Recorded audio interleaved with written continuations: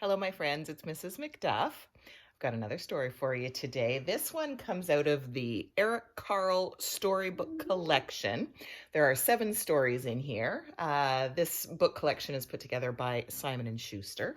And the story that we're going to read today is called Walter the Baker. I hope he's not a farting baker. So this is Walter the Baker by Eric Carle. Eric Carle is the same author that did The Very Hungry Caterpillar and The Grouchy Ladybug. Walter the Baker. Long ago, in a town encircled by a wall, lived Walter the Baker, his wife Anna, and their son, Walter Jr. Walter the Baker was known even outside the walls of the town. Early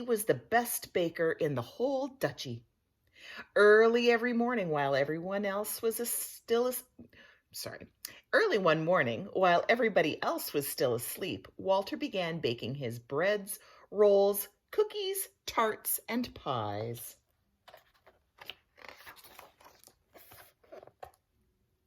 Anna sold the baked goods in the store. No one could resist the warm, sweet smells drifting from Walter's bakery. People came from near and far. The Duke and Duchess, who ruled over the duchy, loved Walter's sweet rolls. Every morning, Walter Jr. carried a basket full of warm, sweet rolls to the castle where they lived.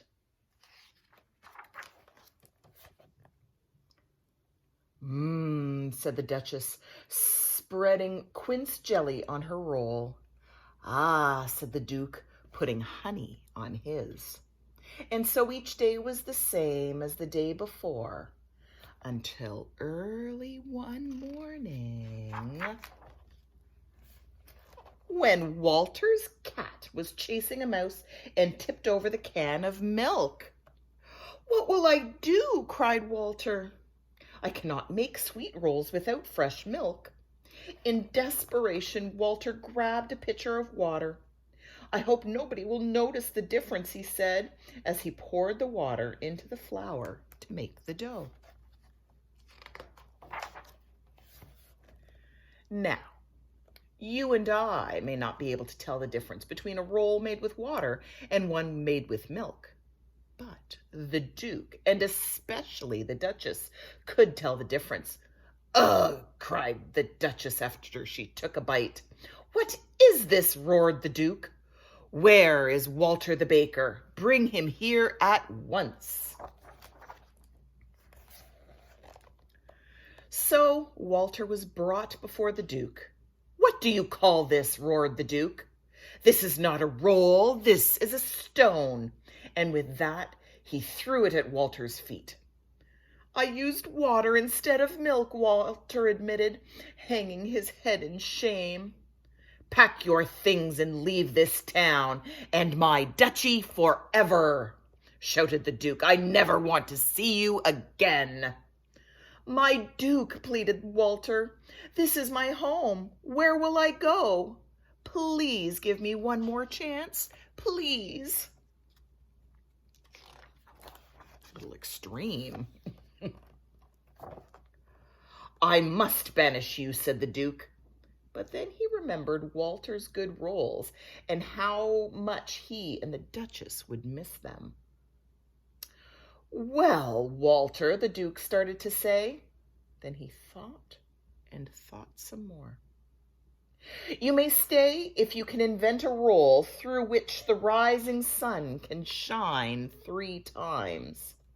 And to make it more difficult," he added, "it must be made from one piece of dough, and most of all, it must taste good. Now go home and bring me such a roll tomorrow morning." Poor Walter, worried and sad, he trudged back to his bakery.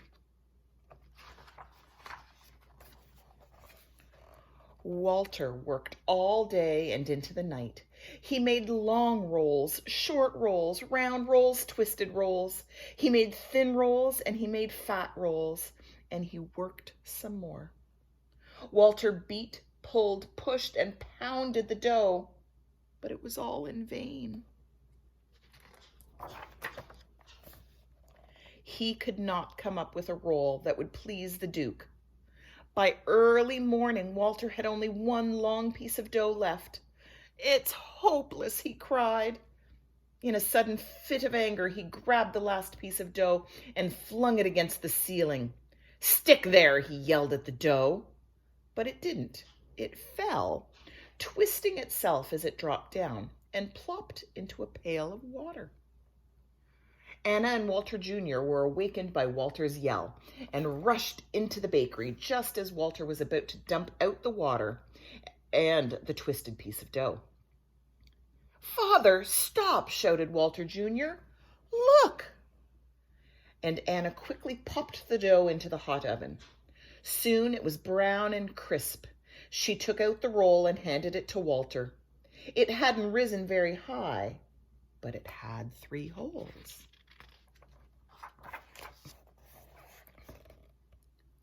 Walter held up the twisted roll and smiled.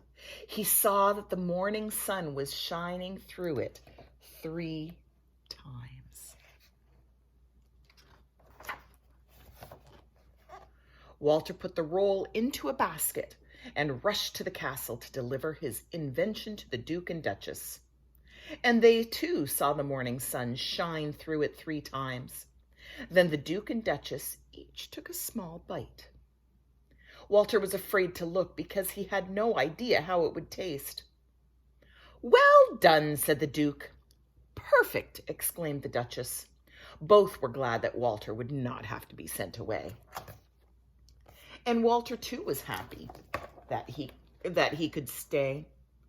"Now, pray tell us, Walter, what do you call this?" asked the Duke. "Ah, yes, pray us tell," Walter stammered as he tried to come up with a name. "What was that? Pretzel,"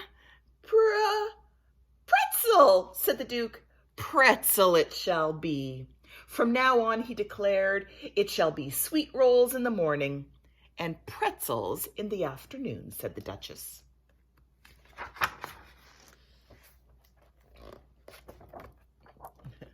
Walter returned to his bakery and spent all day and night making pretzels. The next morning, there were baskets of pretzels outside the store for the whole town to taste, and a special basket of pretzels for the Duke and Duchess. And a cheer went up for Walter, the pretzel maker. Now, why did I choose this story? The word pretzel comes from the Latin word brachium, meaning arm.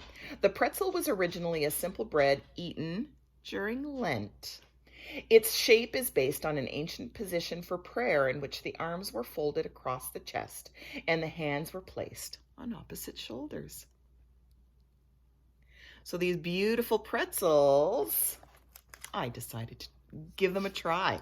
I hope you'll give it a try as well. I'm going to post another video of the pretzel making process, and I will add the link. Can't wait to see your pretzels. Have a great day.